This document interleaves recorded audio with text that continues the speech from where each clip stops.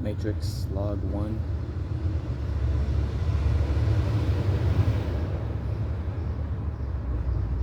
The distance of achievement and where we are now.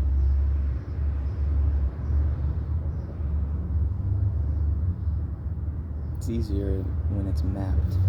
You can look at each hour containing your material.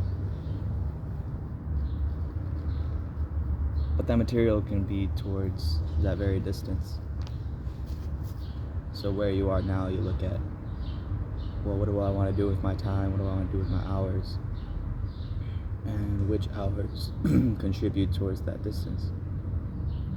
So you could have all sorts of things. You could have your audio, you could have your visual, you could have your written content, whatever it may be, but it could always go towards that distance. And so what is that distance, and what inspires the distance, and what inspires us now, where we are now, and how we may want to endeavor towards some distance or another. So looking at each hour as almost like a package, where you can pick up the package, and fill it with your material. And it's not necessarily something you need to submit, but something that it would need to be stored somewhere. So looking at, well, you're already storing that material, whether it's on a platform or whether it's on a device. And no matter the different softwares that it requires to compile that material, it still has to be stored in those locations. So looking at collaborative distances, where it doesn't just take one person to publish a book, and it doesn't take just one person to publish a game or to accomplish a business. And so to be able to accomplish that distance does require some sort of collaborative, again, not really submissions, but compilations. And so kind of keeping track of what's being filled out in those hours, and how do those contribute towards the distance. And so you don't necessarily want to do the same work as somebody else and end up not being able to use your work because of content competition. So you want to be looking at your distance in terms of, well, what is your vision, or what is your particular package, and how can that be developed as a unique unit, or as a unique profile of your content. Because a lot of that's going to be what accomplishes the distance. You know, if you finish your whole book, if you finish all the chapters, then you finished your content. But at the same time, you want to be able to show that content. You want to be able to have it organized, and you could do it any way you want to. But that's what's going to make each and every experience a little bit more unique, I think. So looking at hours in terms of packages you could pick up, but also looking at what are the different packages that are contributing towards those distances. So it's not just a matter of purchasing the game titles or purchasing the software, because that's important also, but what exactly is your content, and how could it possibly fit into the unit markers that have been wrapped by those titles or by those softwares or games. So being able to have your project funded, or to be able to work towards something that's already funded for your own employment, is a great way of looking at it like that. So you're looking at a map of not just locations, but you're looking at a map of calendars, and a map, of those hours, and there's really two branches to that. There's the one that's the emergent, that's the outcome, and then there's also your own package and how that may fit into different markers within that particular unit. So before getting started on something. Maybe it already exists. Maybe there's some way to be able to be a part of that. But a lot of times things are already finished. A lot of times things are already completed. So looking back at, well, what do you want to do with your time? Where are you now? And what's the distance you want to achieve? A lot of it ends up being, well, we still like the different books, we still like the different games, we still like the different options and the different jobs. And then based on where we are now is really going to set up where we go from here. But all in that distance. So,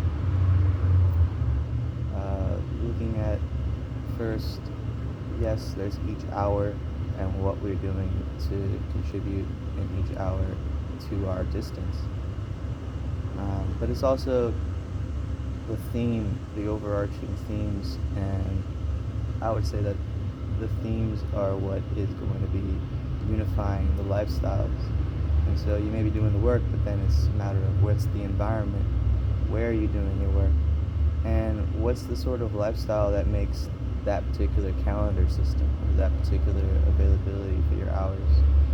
And so a lot of times it makes it a lot easier to work on your content if you're never actually leaving your content. So if your jobs and if your hours are filled doing things that are within that theme, then you can always stay in that sort of creative pursuit, or that creative temperament that doesn't get out of character by being in a different sort of genre or a different theme.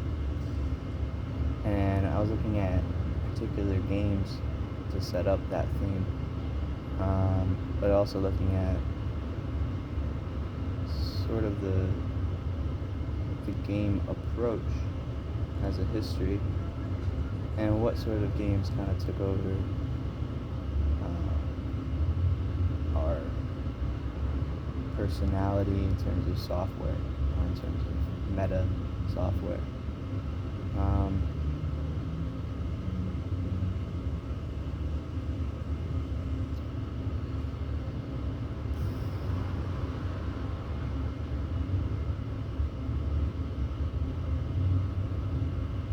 Basically, you can start out by checking your scores. So you go and you check, well, is my score equalized? If it's above 0 or below 0, then that may require some action on your part as the user, or as the alias. So, or I guess as the user.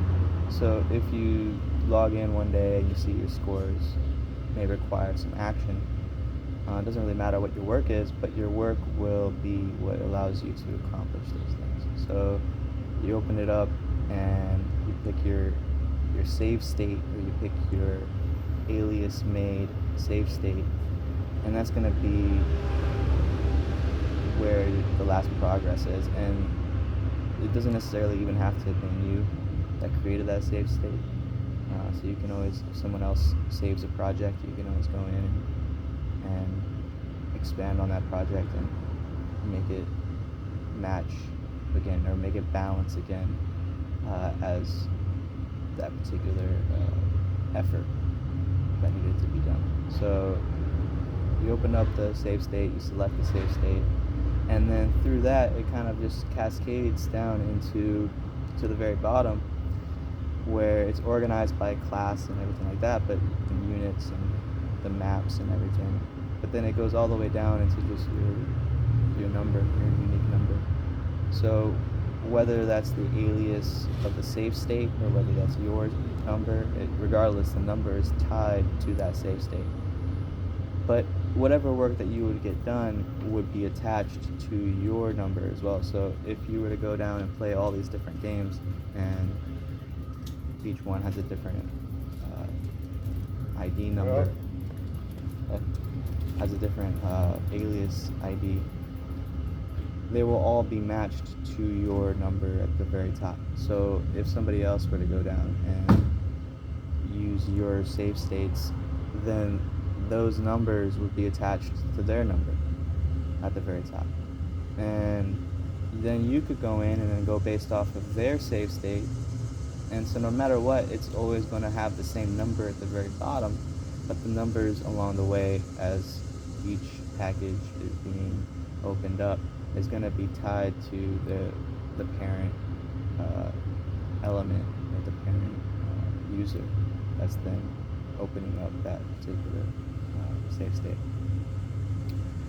So this is a really cool way of being able to organize your hours. So let's say that you check the calendar for that day or maybe for that week, and you can see who's working the different hours.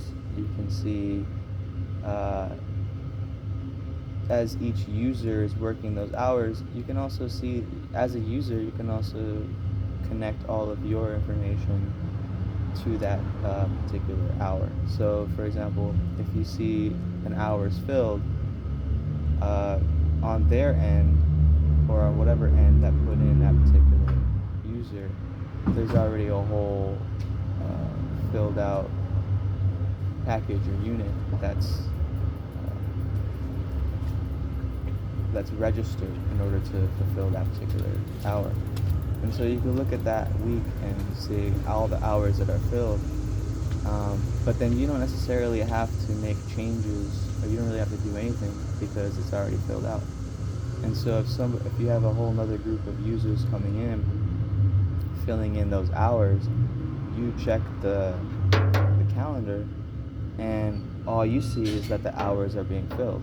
And you may see that the names or the aliases or the IDs may be different, but what matters is that the hours are filled. And so it's the same thing with your content when you're working towards your distance, is that at one point you may be working with a particular team, and then the next time you check in, you may be a whole different team. But that you may even not see that because you're just looking at the work that's being done. So in terms of doing your work, if you don't get the work done, or even if you do and it's not chosen, it's still linked to your profile. So it doesn't give you any greater value if the work is used, and it doesn't take away any value if the work is not used. So no matter what, the work being finished is already the work as a value. And so you can actually go in and select different save states where somebody else may have done similar work, and you can go in and select their save state. And so no matter what, even if something's not chosen now, maybe it may be chosen later. So as you're filling out your content, and you're doing your work, and it doesn't really matter what company you work for, it doesn't really matter what anything like that, but you just need a place to store that work, and where it can go with you wherever you go. And it can also kind of be an independent thing that somebody else can come in and work off of because you submitted that, or I guess at that point it'd be a submission, but not really, just because of the design of it, would be that they would be able to unpack that particular package where your save state stored. And so this is really nice because it allows for sort of more of a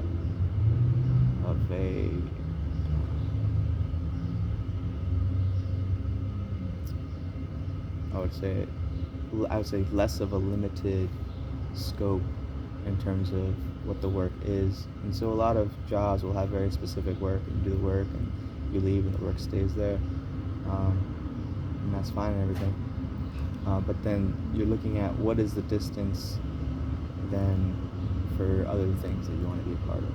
And so even if you don't have much work that's necessarily in that particular type of package, just by using that as a starting point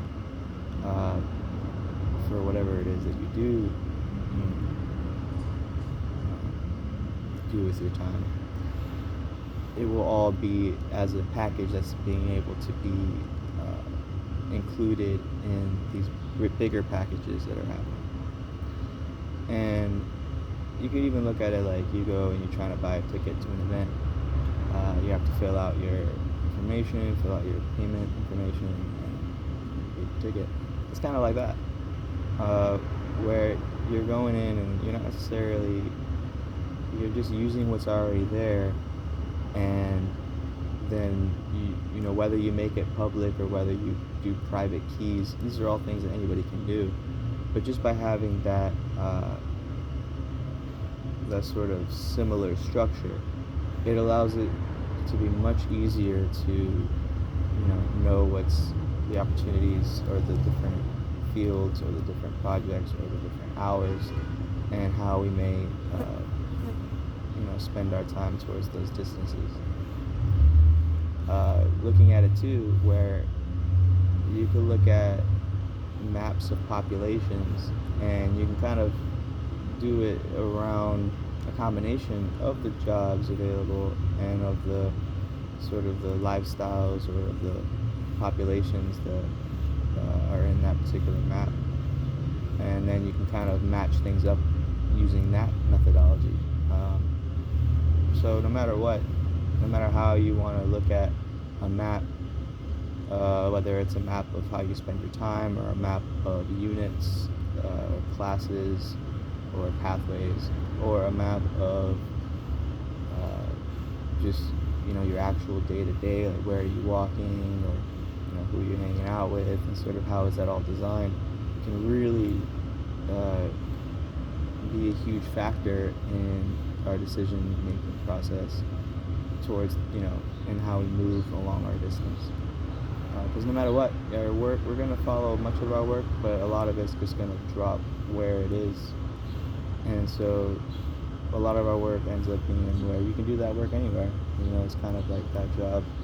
It's a common job. A lot of the jobs the companies will hire, but they'll have multiple locations and things like that. So it ends up being a lot less effort. But looking at this approach, it just allows for another sort of another map that may add weight to the decision-making process. But then more than that, it's that no matter what you do with your time, that there's something for that to go towards. And so maybe you want to fill your hours with classes that anybody could find or going around, doing athletics or doing yoga or something.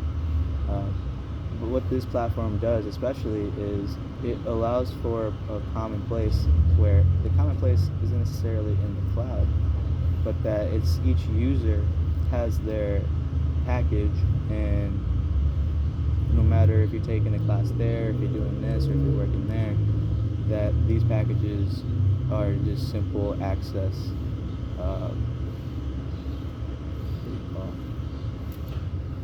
opportunities that can allow for faster economy and faster sort of information transfer, because you never really know what the opportunities are necessarily, or what's kind of, you could hang out all day and talk and try to figure it out, see what there is to do.